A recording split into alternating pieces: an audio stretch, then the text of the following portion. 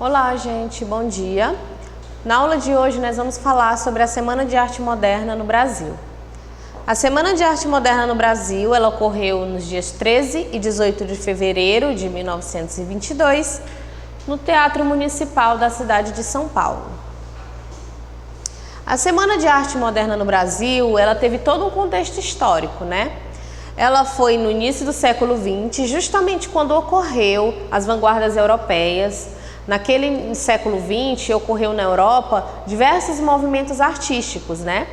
E um desses artistas brasileiros foi até a Europa e viu que a Europa estava muito evoluída em relação às artes, às pinturas, os movimentos, as poesias.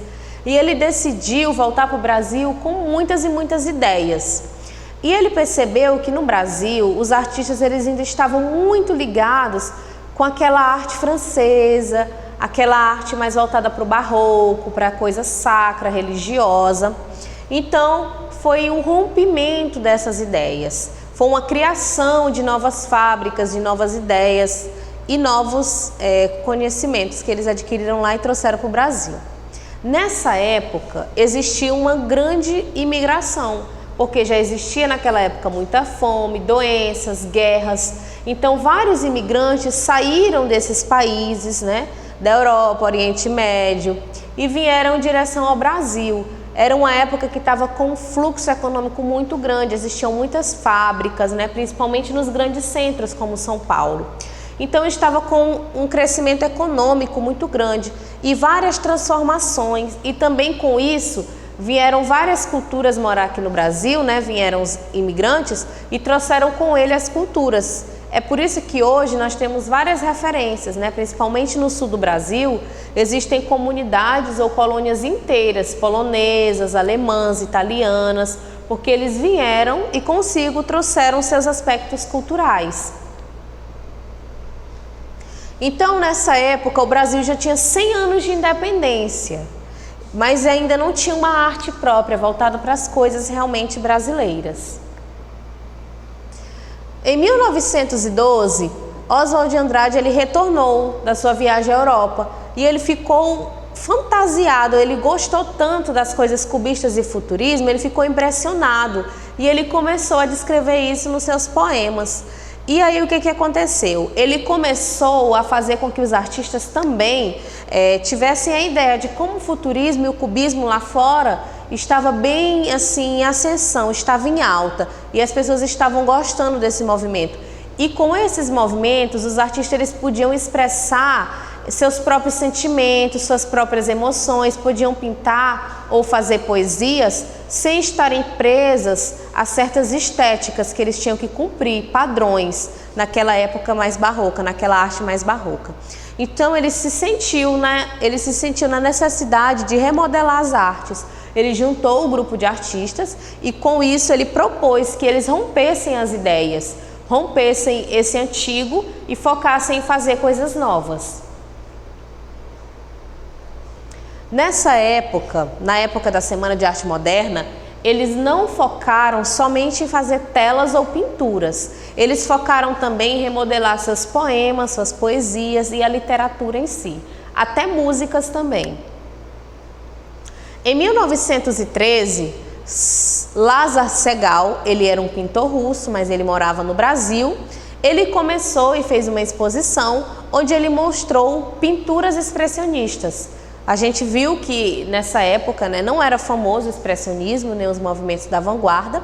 Então ele rompeu com o antigo, ele trouxe algo novo, ele trouxe um movimento artístico novo, ele trouxe técnicas novas, né? E aí ele fez a exposição dele, né? É a primeira exposição de pintura não acadêmica em nosso país. Então ele não usou aquela coisa da França, ele usou algo novo da Europa já, em 1913. Aqui é dois exemplos de algumas das obras que ele expôs, né? Aqui é uma obra expressionista, onde expressa com cores fortes emoções, né? Uma emoção mais triste. Ali é uma obra cubista, a gente pode ver pelos traços de obras geométricas o rosto da mulher, algumas roupas dela, né? O rosto dela não está desenhado de uma maneira oval ou como a gente costuma. Ele usou figuras geométricas para fazer. Então aqui é uma obra de expressionismo, ali de cubismo, que Lázaro Segall usou para fazer essa exposição no Brasil. Anita Malfatti, ela também foi uma pintora muito famosa para a arte moderna no Brasil.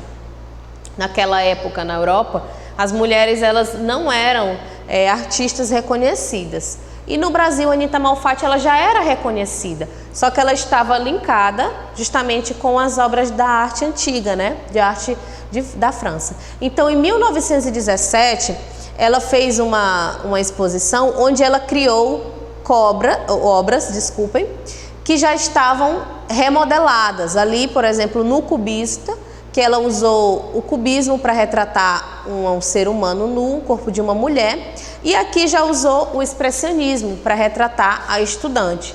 Então já rompeu aí com aquela arte antiquada, né? E aqui a gente percebeu que isso foi antes da Semana da Arte Moderna. Os artistas já estavam abrindo os olhos, já estavam expressando os seus próprios sentimentos nas obras.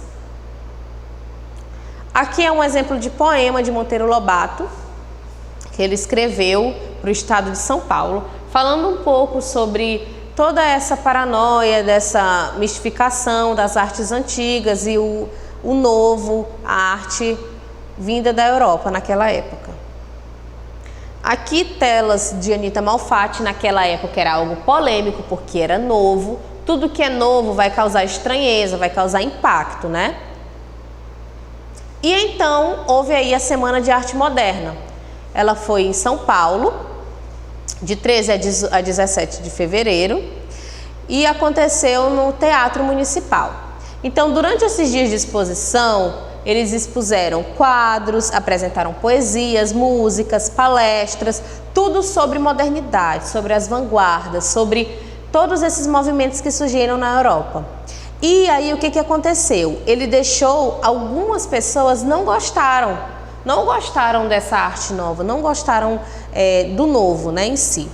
Por quê, gente? Porque naquela época as pessoas mais ricas, as pessoas da alta sociedade, elas tinham muito acesso à Europa, elas estavam lá constantemente, certo?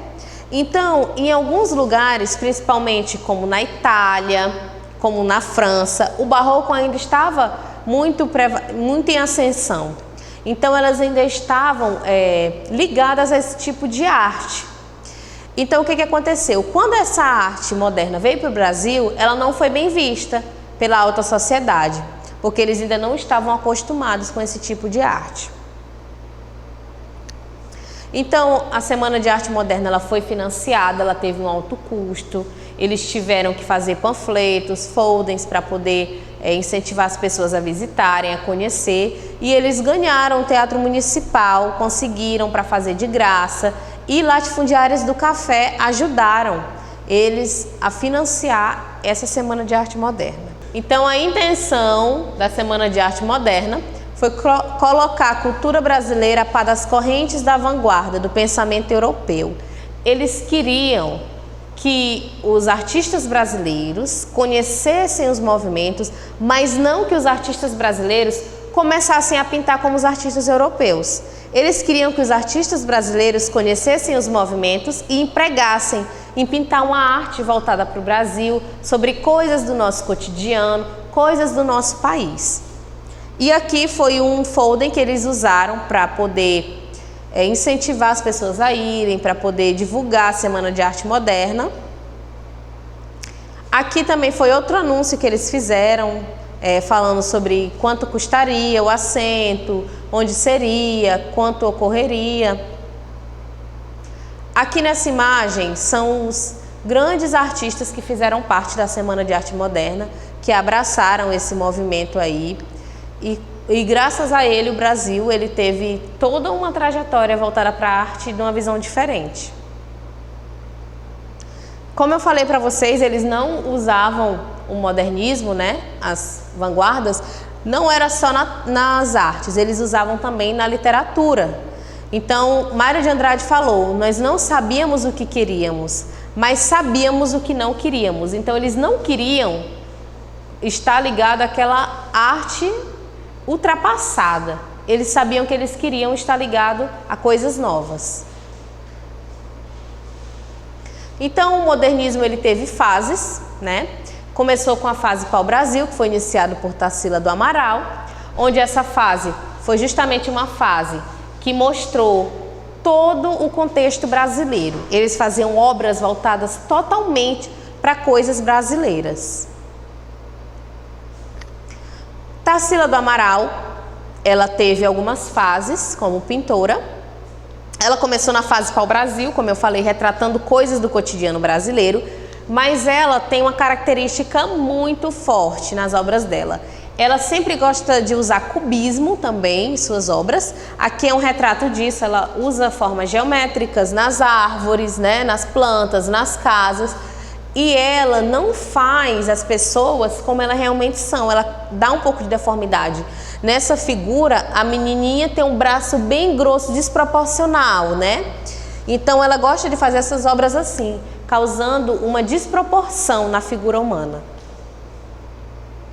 Aqui também é outro exemplo de obra da fase pau-brasil, que retrata o contexto brasileiro. Ela gostava muito de pintar pessoas negras, né? E aqui novamente, ó, os braços avantajados, o braço muito grande, né? Assim ela gostava de representar os seres, os humanos. Ela teve também a fase de antropofagia. Essa fase, ela conheceu os movimentos estéticos europeus, mas ela quis criar uma feição brasileira. Ela trouxe esse contexto para o Brasil. Ela usou a tendência, mas ela quis criar algo cultural. O Abapuru, que ele é o símbolo do modernismo no Brasil, é uma tela dela, da segunda fase dela, de antropofagia, tá? E o nome, ela pegou esse nome da linguagem indígena, que significa antropófago. E o Abapuru a gente vê que ele não tem simetria. Essa parte é bem avantajada e a parte lá da cabeça dele é bem pequena. Justamente eles queriam fazer com que você olhasse e ficasse intrigado, né? A gente viu que as vanguardas europeias, nem todos os quadros eles eram claros, pelo contrário, eles eram quadros para que o artista pudesse expressar o que ele queria passar. Aqui é um exemplo de um texto que divulgaram sobre Tarsila do Amaral, que ela foi casada com Oswald de Andrade, né, que é um poeta, escritor, romancista daquela época. Aqui também é outro quadro que retrata a antropofagia, retrata mostrando o contexto brasileiro, contexto nordestino, ó, os cactos, a seca, né? O ser humano. Tarsila do Amaral, aqui um autorretrato. E ali na obra Operários, onde ela retratou uma fase muito importante do Brasil, que a gente viu que também nessa época de 1922 vieram diversos imigrantes, então a gente tinha uma mistificação, pessoas de diversos países, diversas etnias aqui no Brasil, então ela retratou isso, né? Aqui a gente nota que tem muçulmanos, tem negros, né? Tem orientais, então tem pessoas de diversas etnias aí retratadas, né? Ela queria mostrar o contexto populacional que o Brasil estava vivendo naquela época. Na Semana de Arte Moderna, os objetivos e os preceitos não foram compreendidos pela elite. As pessoas elas não gostavam, porque elas estavam influenciadas com as formas estéticas europeias mais conservadoras, como eu falei para vocês. Eles estavam acostumados a conhecer a Europa, conhecer esses países, e eles ainda estavam ligados com aquelas artes, né?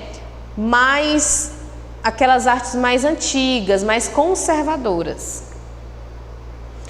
Aqui são outros artistas que também fizeram parte da Semana de Arte Moderna.